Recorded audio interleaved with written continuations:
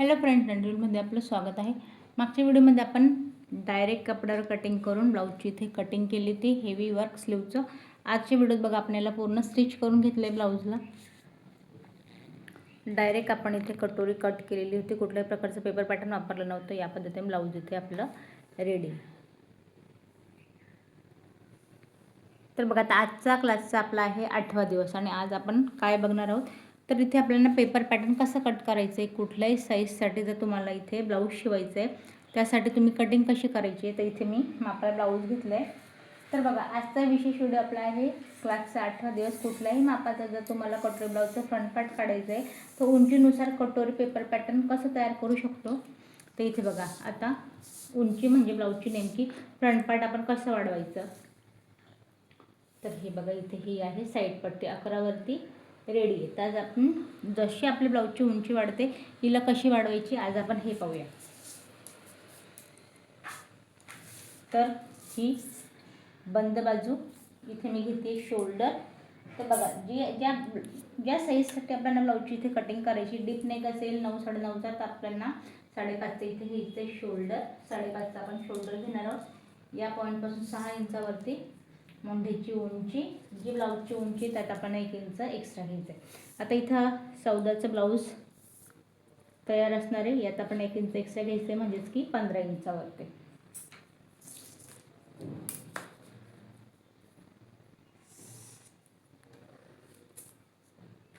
आता बघा माप लक्षात घ्यायची आहे. इथे मी शोल्डर घेतले 5.5 इंचावरती, मुंड्याची उंची घेतली 6 इंचावरती, उंची 14 आहे, यात आपण 1 इंच घेतले एक्स्ट्रा बरोबर 15.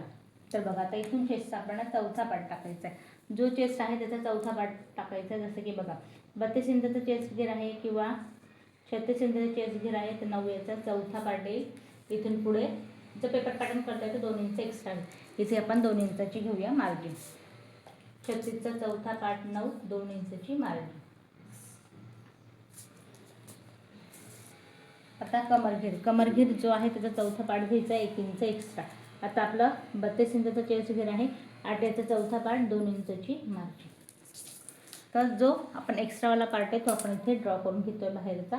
मग तुम्हाला मी उंचीनुसार कसं वाढवायचं हे तुम्हाला दाखवते. पण आधी बाहेरचा पार्ट आपण इथे फ्रंट पार्ट आपण कट करतो, याला आपण ड्रॉ करून घेतलं. आता महत्त्वाचा मुद्दा, आता बघा या पॉईंटपासून जो आपला गळा आहे तो आधी ड्रॉ करून घ्यायचा आहे. इथे आपला गळ्याचा घेर घेतोय 2.5 इंचावरती. जो फ्रंटची उंची गळ्याची ती घेते मी इथे 6 इंचावरती आणि इथे जे मेजरमेंट आपण वरती घेतलंय त्याचा बॉक्स बनवून घ्यायचा आहे.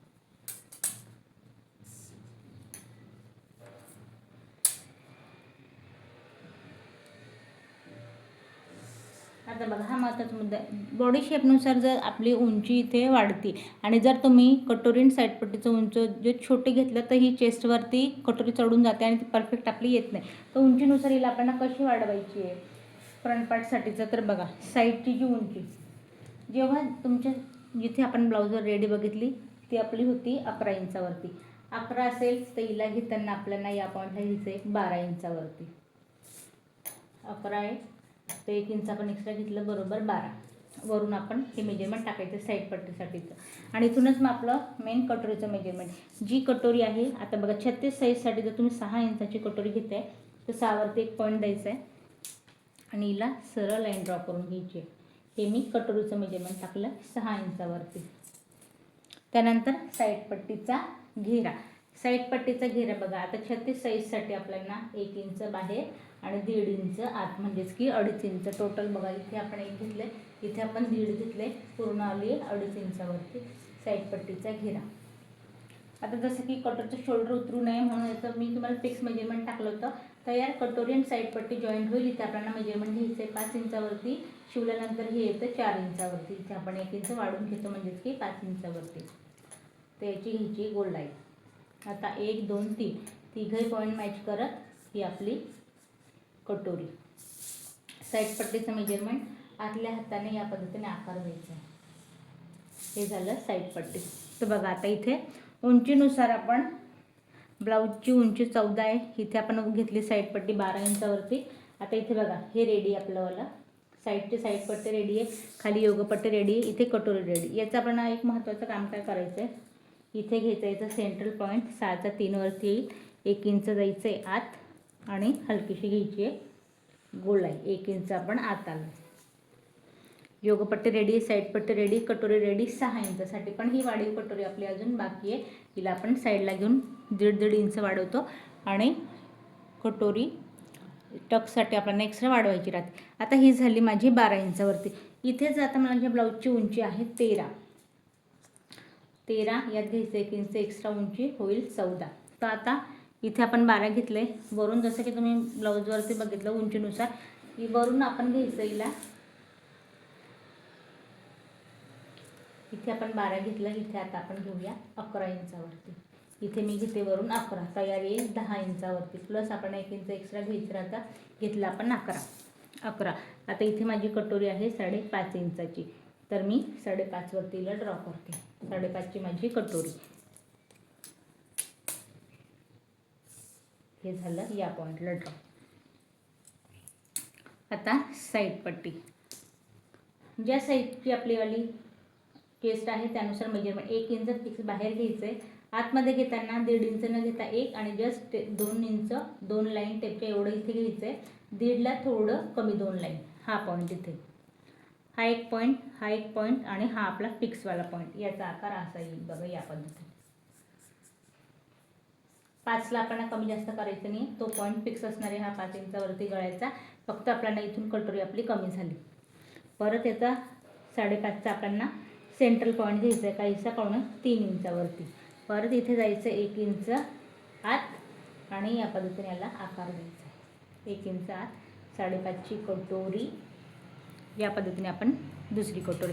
परत याच पॉईंटला आपली साईड पट्टी रेडी होती, सरळ लाईन ड्रॉ करायची. उंचीनुसार फिक्स आहे, फक्त इथे आपलं आता सेम आहे, फक्त इथे आपल्याला काय करायचं, जसं की उंची इथे 1 इंच आपल्याला उंची कमी करायची आहे. म्हणजे हीच की ब्लाऊजची उंची जेव्हा कमी झाली, हा पार्ट आपला इथे कमी होईल. आता मी तुम्हाला साईडला लिहून दाखवते उंचीनुसार. प्रत्येक साईजसाठी आपण हेच करायचं आहे. आता इथे जेव्हा आपण 14ची उंची असेल तर त्याला हे माप घ्यायचं आहे. जेव्हा आपली 13ची उंची असेल तर ही योगपट्टी आपली ही राहील. इथे 1 इंच आपण कमी करून घेतली. एवढं पेपर पॅटर्न आपलं आलं वरती उंचीनुसार. सेम मेजरमेंट 28 साईजसाठी असेल, 30 साईजसाठी असेल 5 इंचाची कटोरी. करायचं काय आपल्याला, हे मेजरमेंट सेम असणार आहे. 5.5 ऐवजी इथे घ्यायचं आहे 5 इंचावरती. साईड पट्टीचा घेर आपल्याला इथे मी घेतला होता 1 आणि जस्ट 2 लाईन, तर दोघे साईडला 1-1 इंच घ्यायचं आहे. बाहेर 1 इंच, आत 1 इंच, कटोरी अर्धा इंच इथे कमी करायची आणि हा सेम मेजरमेंट या पद्धतीने.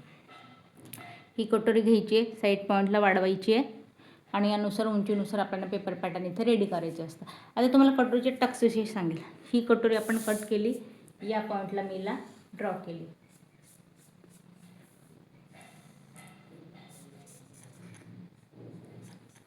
याचा मध्य घ्यायचा आहे आणि कुठल्याही साईजची जर तुमची कटोरी असेल 38 साईजच्या आत असेल तर तुम्हाला 1.5 इंच वाढवायचं आहे तिघही पॉईंटपासून. 38च्या आत 1.5 इंच वाढवायचं आहे आणि जो उभा टक्स आहे तो आपला 3 इंचाचा असतो या पॉईंटपासून.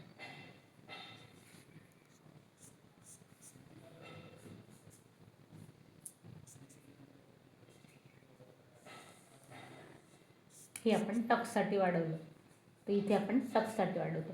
जे आपण इथे वाढवतो तेच आपण आडवा टक्स घेतो 1.5 इंचाचा.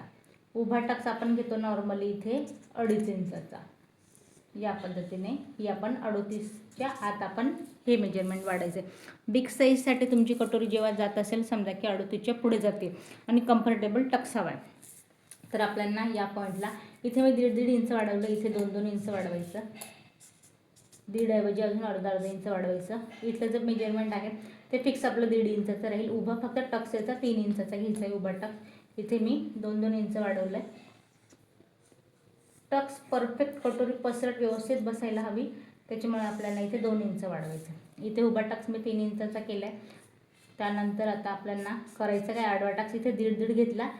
जेव्हा दोघंही पॉईंटपासून 2-2 घ्यायचा, 4 इंचाचा आडवा टक्स आणि कटोरी इथे आपली परफेक्ट येते या पॉईंटनुसार. हे आपण किती साईजपर्यंत वाढवायचं आहे तर बघा, 38चे आपण हे आत पाहिलं जेव्हा तुमच्या 38च्या पुढे मेजरमेंट जाते तर तुम्ही 2 इंच साईड पॉईंटपासून वाढवायचं आहे. तर साधारण हे मेजरमेंट आपल्याला कितीपर्यंत घ्यायचं आहे, 42 साईजपर्यंत आपल्याला आडवा टक्स आपण 42च्या पुढे असेल तर आपल्याला इथे 2.5 इंच एक्स्ट्रा वाढवावं लागतं. म्हणजे कटोरी इथे आपल्याला पसरट काढावी लागते आणि आडवा टक्स त्यानुसार घ्यायचा आहे. मग इथे उभा टक्स तुमचा 3.5 इंचापर्यंत उभा टक्स जातो, सेंट्रल पॉईंट यापर्यंत यानुसार. तर आजच्या व्हिडिओत आपण इथे मी तुम्हाला साईड पट्टी कशी वाढवायची ते दाखवलं. कटोरी कुठल्या साईजपर्यंत कशी कटोरी ब्लाऊजसाठी तुम्हाला अजून काही प्रश्न पडले असेल तर तुम्ही मला तशी कमेंट्स करा. नेक्स्ट व्हिडिओमध्ये आपण पूर्ण पेपर पॅटर्न सहित आपण पूर्ण ब्लाऊज इथे कट करून बघूया. शोल्डर मुंडा चार्टसाठी तुम्हाला स्पेशली सांगेन, डीप नेक हवा आहे किंवा पाठीमागून पूर्ण बंद हवा आहे, तर त्यासाठी कसं शोल्डर मुंडा मेजरमेंट घ्यायचं आहे आपण हेही पाहूया. आजची व्हिडिओ तुम्हाला काही प्रश्न पडले असेल तर कमेंट्स करा आणि यानुसारच अजून असे एक्स्ट्रा माहितीसाठी जर तुम्हाला व्हिडिओ असतील त्यानुसार सुद्धा तुम्ही कमेंट्स करा. आणि नवीन व्हिडिओ जे शिकताय त्यांना स्पेशली व्हिडिओ शेअर करा.